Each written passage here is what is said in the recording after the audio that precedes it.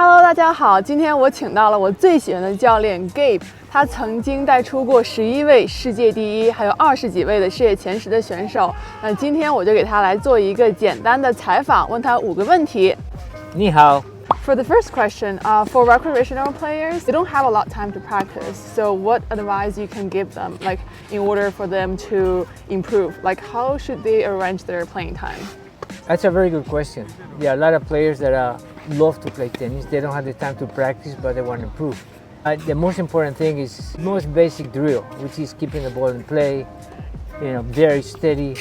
I always said that they need to work first control. Then height, then depth, then placement, yeah. And then power.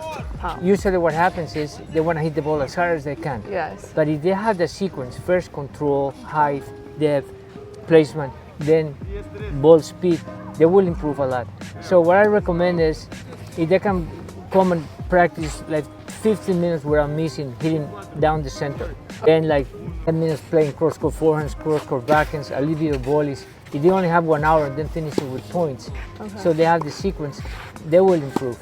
So the second question, how do you define a great coach and how to become a great coach? It's about knowledge and it's about wisdom. What makes them an expert is years of experience, yes. Proven results, yes. And a methodology that can be replicated. Yes. It's the difference in coaching. I'm a developmental coach. I make champions. Okay. I take the juniors since they are 8 years old, 9, 10, 12, all the way until they are professional players. Yeah. Like with Nishikori. I started with Nishikori at 10. He moved with us at 13. Yes. And I worked with him all the way until he was, top 8 in the world, and then he moved on. Yeah. What I do is I'm a developmental coach. I make players. Once they are there, then other people take them. The coaches that are very good on the road, they are coaches that train the players when they are already made. So that's a different type of coaching. Yeah. The advantage that I've had is I don't want to compare myself to anybody else, but there are a lot of coaches that made one player. Yes. I made you 11, make a lot of them. but since they were little, I think that's the fundamental thing. Like, right. You gotta work them to have a good fundamental in order for them to be successful in the future. If you don't have a good fundamental as a junior player, then you can't go anywhere. That's correct. You are a great coach. I was playing the best tennis when I was training with you, so I really enjoyed my time. It was like 2 years or something. It was a long time. No, and I enjoyed training because you were very solid, you were very focused, you were very professional on the court, so it was a lot of fun. Yeah, I agree. Thank you. So number 3 question, for kids that they just started playing tennis, do you think proper strokes comes first or being able to rally comes first? That's the part that I am very different than most people. For me, the most important thing in tennis is the contact point. The only way to get the contact point is with live ball. Okay, so if you look at our students, the beginning, they don't look that good. Yeah. But my main purpose is that they get the right contact point no matter where it is. So once we start polishing the strokes, they stay.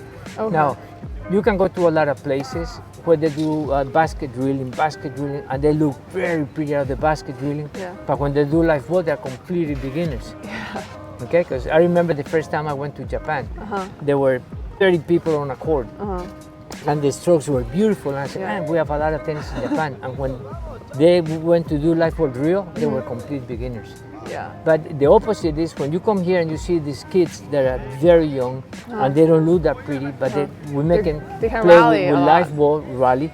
Once we start polishing the strokes, they stay. Basket, I can make anybody look good. I can make my grandmother look great out of the basket. The difference is with the live ball. Well, do you think if bad strokes, as like a bad habit, happens to their stroke, is it easy to change it?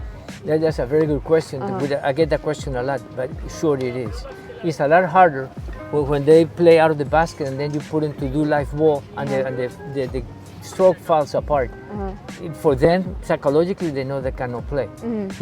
When I get those kids that play not too pretty because they really were not forming the stroke, they're just making the contact high, low, to the side.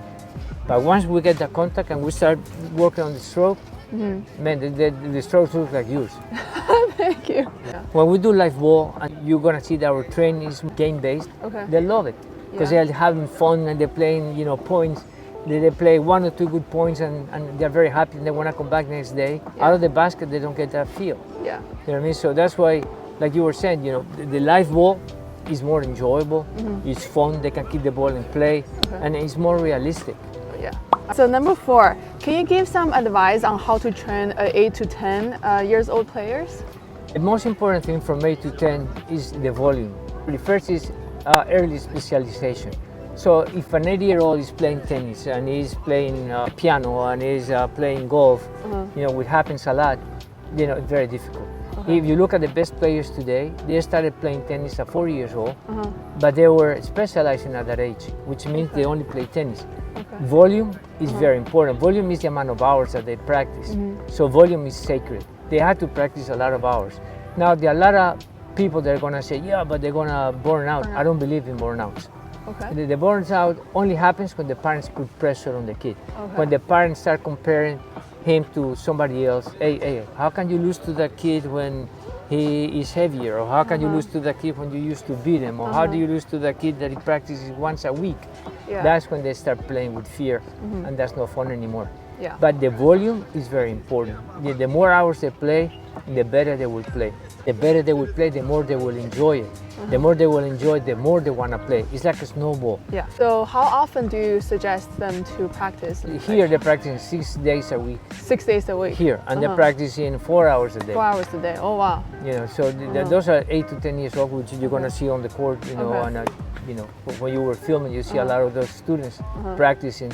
All right, moving on to number 5. Do you know the Chinese player, Shang? Sure. Okay, and what do you think of him? Like, can he become the next Nishikori? He's very good. He's lefty. He has a very good serve. He's a very aggressive player.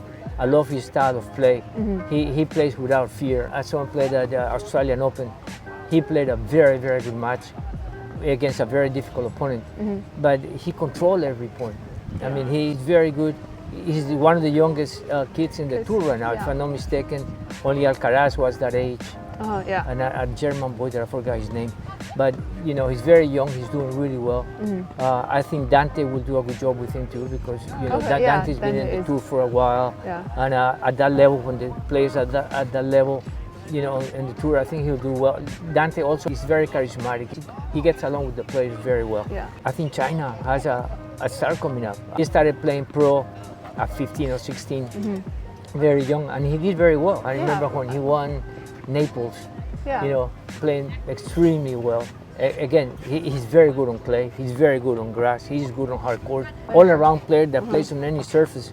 No, I'm very excited about him. I think he needs to get stronger. I think, if I'm not mistaken, he weighs like 160 pounds. Alcaraz used to be like that, and then he got very strong. So same thing with him. I think with age, he will get stronger, you know, firmer.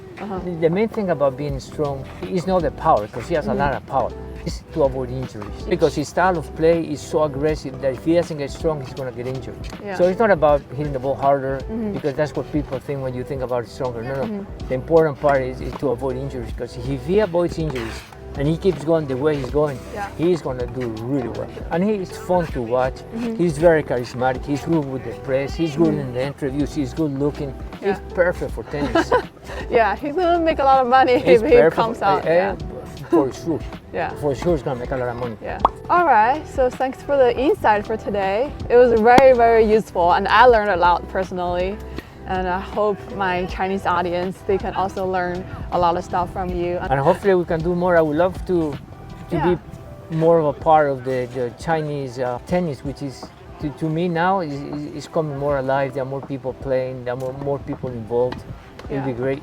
I'd be very happy to be able to do something with you and with your beautiful audience. Gabe also does social media, so he uploads a lot of tennis videos online, and maybe we can open up an account for you. I would love that. I love helping kids. I love helping, you know, people with talent. And I know China has a lot of talented players, so I would love to be able to do more. All right. So thank you for your time today. Thank you. It was very exciting. Ciao. Bye.